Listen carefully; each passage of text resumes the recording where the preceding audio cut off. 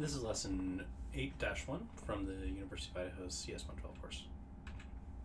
So we've written a lot of programs with turtles whenever we're talking about modeling populations so far in this course. So now we're going to work with using just model or patches, and this is going to help model Conway's game of life. The houses, which Conway's kind of associates to, is going to be modeled with the patches. Patches don't move, so it's going to be kind of as if people are moving into these houses and living in these houses, and that's how we're going to see this. We're going to set up the initial code in this lesson, but first, before we really get to that, we need to make sure that we all learned about Conway's game of life. In your warm-up, you should have researched Conway's game of life a little bit. Conway had a particular criteria for a cell to be alive, dead, and how to reproduce. And so we're going to look at this criteria, and we're going to develop a program to help model that. So what we're going to do is we're going to use these patches to model the populations in Conway's game of life. If there's overcrowding, if there's too many people around, then they're going to die. And this is when we have more than 3 neighbors. Now notice the word more than. So if they have 3, they're not going to die. But if they have more than 3, they are. If there's loneliness, then there's going to be death. So when there's less than 2 neighbors, they're going to die. If there's just enough, like you always think of this as Goldilocks and the 3 bears, if there's just enough, then there's going to be life. There's going to be 2 or 3 neighbors. And any dead cell that has 3 neighbors is going to become alive. It's going to reproduce. And so it's going to turn on, if you will. These are the situations that we're going to model, but before we need those, we need to kind of write our initial code. Things that we need to make sure that we understand about patches, that patches have their own variables that are not associated with other agents. They are very specific. They're patch color, they're patch X coordinate, patch Y coordinate, and every patch has 8 neighbors. We haven't talked about neighbors before, but they all have 8 neighbors kind of all around them. And so each patch is going to be distinguished by their color and the variables with it. In our model, we're going to have a live patch that's going to be yellow, and we're going to have a dead patch that's going to be black. If you want, you can totally work on this and change that up and do whatever, but that's what we're going to be doing for my program at least. So what we're going to do is we're going to have a variable called numLive, and this is going to count the number of live neighboring patches. Then we're going to have a setup command, and what that's going to do is going to create a number of patches that are yellow based on the percent slider. We're going to have a go, which counts the number of live neighbors using the numLive variable. We're also going to make it so that this plots the number of live patches. So that should be pretty good. And then, so what we need to do is, as we get started, let's go ahead and switch over to NetLogo. All right. So I did find that I could probably blow this up a little bit and you guys might be able to see it a little better. So I'm going to put this like that. All right. And then this is going to be game of life. All right. So what we're going to do is we're going to say that patches own, and this says, hey, there's a variable that we're going to make that every patch is going to have, and it's going to be called numLive. Then we're going to do a toSetup, and as usual, this is going to have a clear all, reset ticks, and end. All right. And beside of this, we're going to make it have that kind of random call procedure. So we're going to say ask patches if random, and we're going to make it out of 100%, is less than, we're going to make a slider actually. I think I have a name for it that I want to use. Percent alive, that's what I want.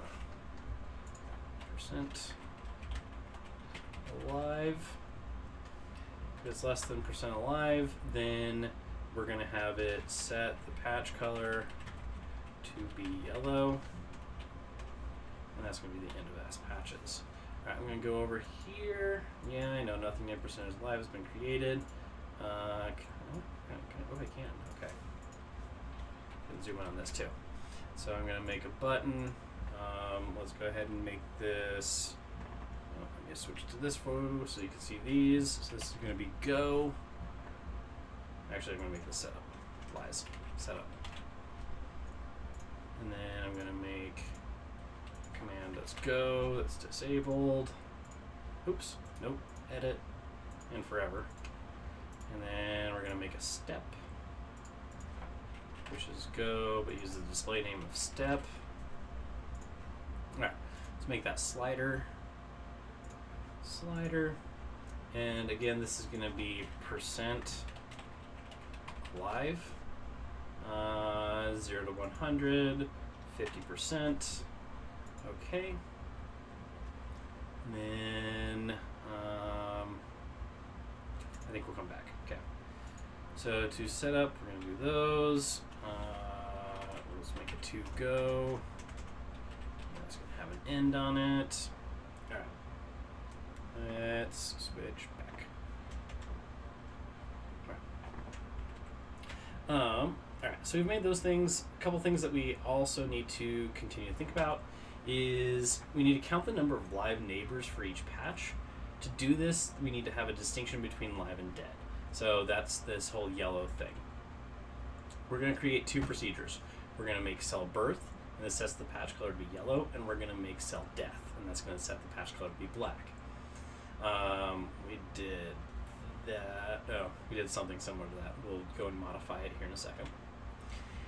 And so in the go procedure, each patch needs to count the number of live neighbors, so num live. We're going to use something called width, and width provides it where we're looking for a specific criteria. So what we're going to do is we're going to ask the patches to set the number of live, set num live, which is a variable that they all have, to be a count of all their neighbors with a value of patch color yellow. So it's going to count how many of their neighbors have a patch color yellow. And that seems really kind of weird, so let's go ahead and switch over and put that code in. All right. So this is actually, instead of set p color yellow, we're going to say cell birth, and down here we're going to say to cell birth. This is already being used by the patches, and so we don't need to ask the patches to do anything. So set p color yellow, and to cell death, we're going to set p color black, and we're going to end. All right. Okay. Now to go, what we're going to do is we're obviously going to have the tick, but what we're going to do is ask the patches to set num live to be the count of their neighbors with p color equal to yellow. And then we're going to close that ask patches, and I'll talk about why I'm not moving that in later. So, alright. Set num live, count, yep, did that. Let's go ahead and add the plot. So we're going to add a plot to the number of live patches. We're going to select the add button, then select plot from that.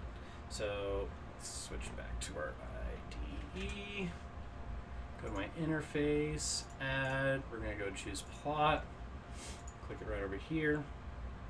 So plot 1, I'm going to call this number alive, and this is going to count the turtles with,